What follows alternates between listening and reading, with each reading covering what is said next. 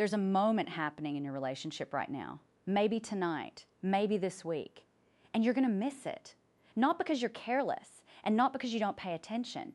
You miss it because you were never taught what it actually looks like. Most men are handed a checklist of obvious warning signs, the shouting, the lying, the jealousy, and told that's what danger sounds like. But the signals that actually predict long-term pain rarely look like danger at all. They look like nothing. They look like a quiet Tuesday evening, a small joke, a forgotten plan. On this channel, we look at female psychology from the inside, the way it actually operates, not the version men are usually shown.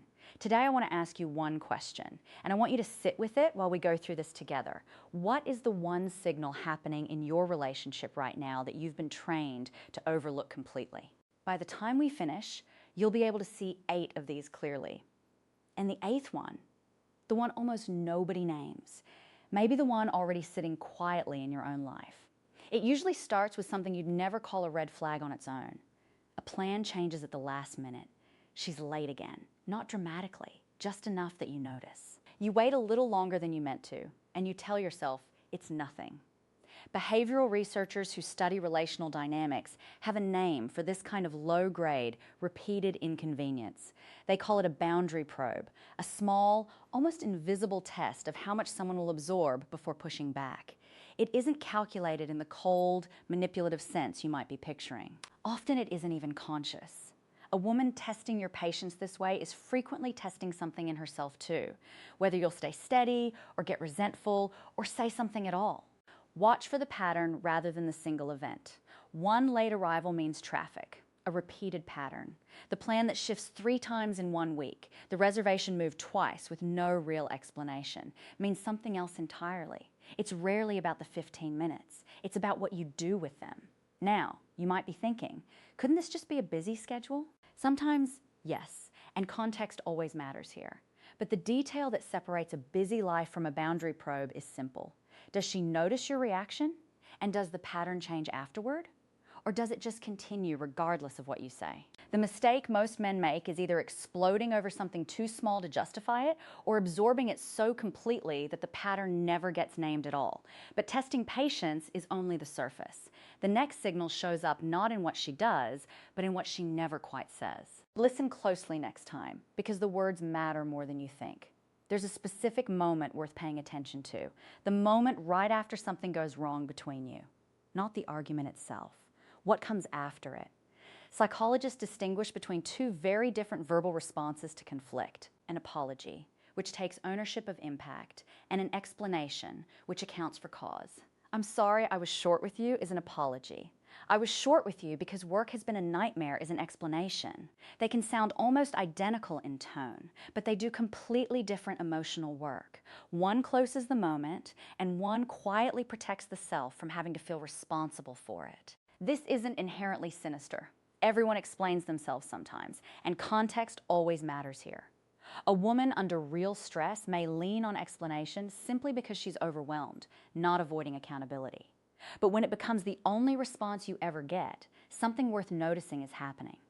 The specific detail to track is repetition without resolution. If nearly every friction point in the relationship ends in a reason rather than an acknowledgement, you'll notice something strange.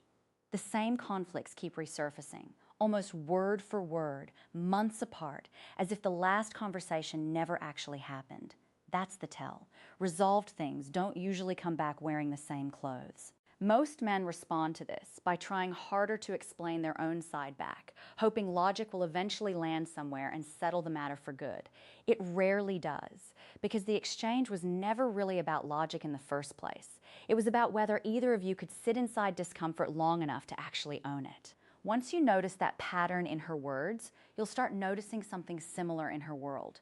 Specifically, whether you actually exist in it. You'll never hear this conversation. That's exactly the point. Somewhere out there, she is talking to a friend, a sister, her mother, describing her week, her plans, maybe even you, and you will never know what was said or what was quietly left out. This is where a concept called self-presentation becomes useful, the deliberate or semi-deliberate way people describe their lives to others to shape how those lives are perceived. Everyone edits themselves in conversation to some degree. That's normal, even healthy. What matters is not whether editing happens, but what specifically keeps disappearing from the story. Pay attention to small, indirect evidence. The friend who seems mildly surprised to hear your name, the family gathering you're mentioned at only vaguely, the anniversary that comes up in conversation with others but somehow skips you. Maybe her sister asks how long you've been together and gets the timeline wrong. None of these prove anything alone. A private person may simply talk about her relationship less than an open one does. The difference to listen for is between privacy and erasure. Privacy protects a relationship. Erasure protects an exit. One says, "This is mine and I don't share it easily." The other says, "I haven't decided yet if this is something I want people to know about." Men often make the mistake of interpreting all quietness as modesty, assuming a private woman is simply reserved by nature and leaving it there. Sometimes that's exactly right, and pushing on it would be its own mistake. But it's worth asking, gently and without accusation, how she actually talks about the relationship when you're not in the room. Not to police it, but because the answer tells you something real about where you currently sit in her life. That same compartmentalizing shows up somewhere closer to home, in the plans she makes and the ones she quietly lets go. She'll remember the small thing that mattered to her. Notice what she forgets that mattered to you. Not the big anniversaries. Most people remember those. It's the smaller things. The offhand mention of a work presentation you were nervous about. The date of a minor but meaningful personal milestone. The name of someone you talked about once, briefly, because it mattered to you at the time. Memory researchers have long understood that we don't forget randomly. We forget selectively, based on what our attention was actually oriented toward in the moment it happened. What someone remembers without effort, days or weeks later, is usually a reliable map of what genuinely registered as important to them at the time. This is not about test-worthy trivia, quizzing her on dates to prove a point. It's about where attention naturally lands when nobody is trying to remember anything on purpose. Think back to a conversation that once seemed ordinary. One where you walked away without realizing what had actually just happened. You mentioned something that mattered to you, and it simply evaporated, never referenced again, while she recalled with perfect clarity a passing comment you'd made about her own life weeks earlier. Of course, everyone forgets things sometimes, and this alone proves very little. She isn't obligated to hold every detail of your life in permanent storage. A single instance is simply human, but a consistent, one-directional pattern, where your details fade quickly and hers remain sharp for months, is worth paying attention to because it suggests where the actual attention has genuinely been living. A simple way to test this retroactively: think of 3 things that mattered to you in the last month that you mentioned to her. See how many she can recall without prompting. Once you start tracking what she forgets, you'll also start noticing who she pulls you into and why. At some point, you stop being her partner and start being her proof. This one is harder to see because it feels in the moment, like closeness. She brings you into a conflict with a friend, a sibling, an ex, not to resolve it, but to have you on her side of it. This dynamic has a name in family and relationship psychology: triangulation, the practice of pulling a third person into a 2-person conflict in order to strengthen one side of it.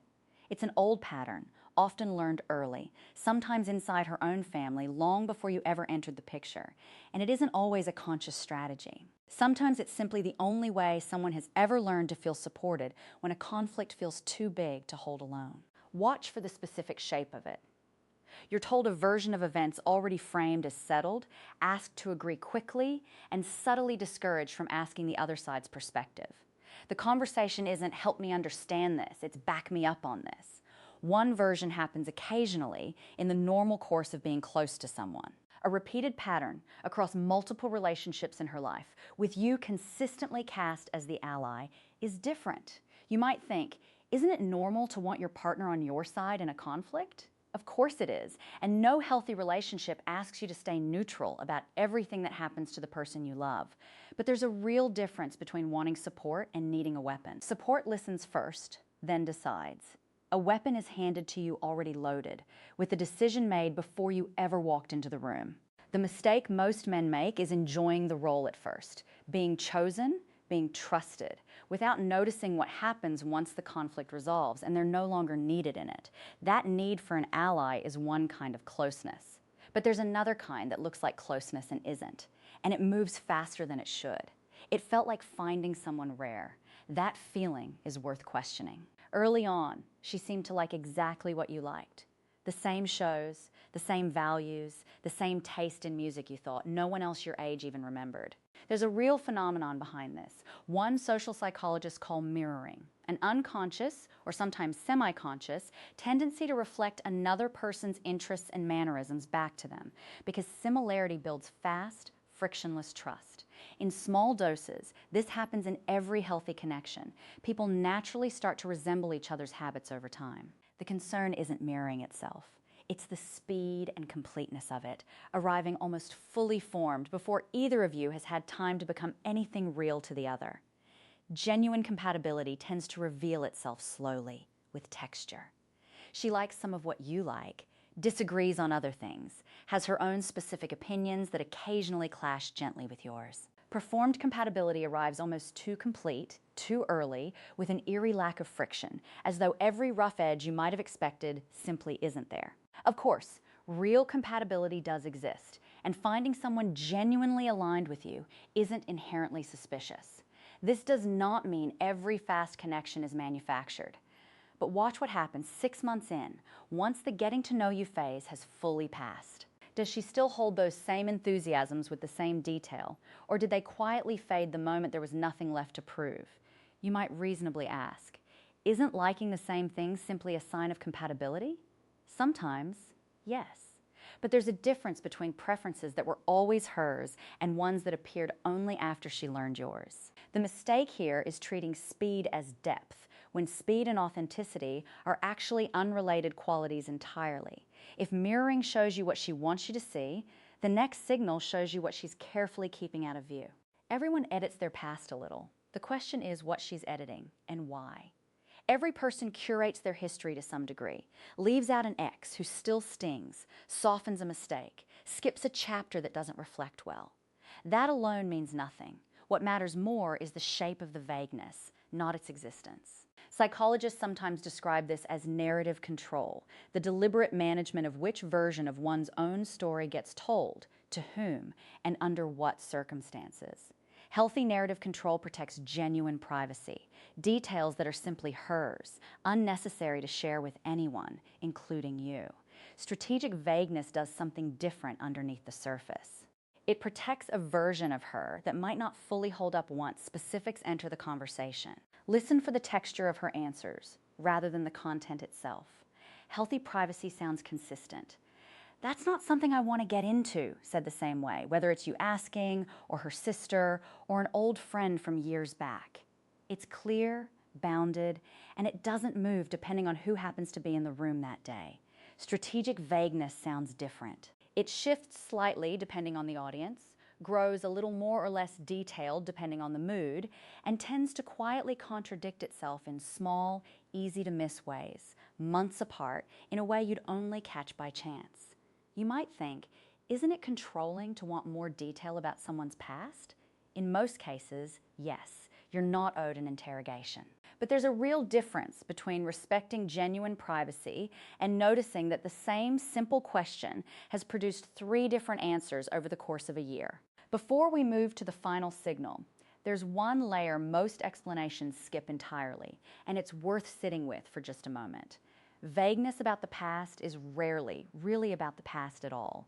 It's almost always about controlling how the present gets interpreted, because the story she tells about who she was quietly shapes the story you're willing to believe about who she is right now. All 7 of these signals are things you can watch her do. The last one is different because it's measured by what happens to you. Remember what I told you at the start, that there was one signal most men not only miss, but actively misread. We're getting close to it now, and it isn't something you'll see in her. It's something you'll only notice by looking at yourself. This one won't feel like a red flag. It will feel like nothing at all, and that's exactly why it works. There's no fight attached to it, no dramatic moment you could point back to. It happens slowly enough that you adjust before you even notice you're adjusting. Psychologists who study long-term relationship dynamics call this identity accommodation, the gradual reshaping of a person's opinions, routines, and sense of self around a partner's preferences, often without either person consciously deciding it should happen at any single point along the way. In small amounts, this is simply what closeness looks like. Every good relationship changes both people a little, softens a few edges, adds a few new habits neither of you had before. The danger isn't accommodation itself. It's accommodation flowing in only one direction, quietly, for long enough that nobody thinks to measure it. Look for the specific, quiet evidence.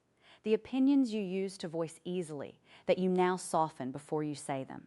The friends you saw regularly, that somehow you see less. Not through any single conversation, but through a slow accumulation of scheduling that always seems to favor her world over yours. The hobby you quietly let go of, not because you stopped enjoying it, but because it never quite fit into her version of a good weekend, and at some point it simply stopped coming up. Of course, some accommodation is healthy. Compromise is not the enemy here, and no relationship survives without two people bending toward each other. This does not mean every adjustment is a warning sign. What matters is direction and reciprocity. Does she also shrink parts of her life to make room for yours? Or has the bending become something only you do? You might be thinking, isn't compromise just what a mature relationship looks like? Of course it is. And nobody is asking you to hold every habit rigidly forever. But there's a meaningful difference between two people meeting in the middle and one person quietly walking the entire distance while calling it growth. The mistake almost every man makes here is not noticing it at all, because there's no single moment that announces it, no argument to point to, no betrayal to name. Just a slow, quiet narrowing that feels, from the inside, like maturity, like finally getting serious about life. Think back to who you were a year or two before this relationship began. Somewhere in that gap is the answer to the question this video opened with. That is the moment most men walk away from without realizing it. So here's what all 8 of these actually have in common. None are about her being wrong or manipulative or secretly working against you. They're about attention, where hers actually goes and where yours quietly gets asked to go in return. The overarching truth is simpler than it sounds. Healthy closeness has give and take, and unhealthy closeness has a direction. Once you can feel that difference, you won't need a checklist. You'll simply notice it, the way you notice a room's temperature without checking a thermometer. You don't need to overanalyze every late arrival or forgotten detail from here forward. One instance means very little on its own. What you're learning to see now is pattern, not perfection. I'd genuinely like to know, which of these 8 did you already know about, and which one caught you off guard? Tell me the number below, because I read every comment, and honestly, it shapes exactly what we cover next on this channel, more than you might think. If this gave you a clearer way of seeing your own relationship, subscribing means you won't miss what comes next, because there's a piece of this we haven't touched on yet, and it may matter more than any single signal on this list. In the next video, I'll show you the exact moment a woman decides you're safe enough to stop performing for, and why most men mistake that moment for the relationship finally settling down.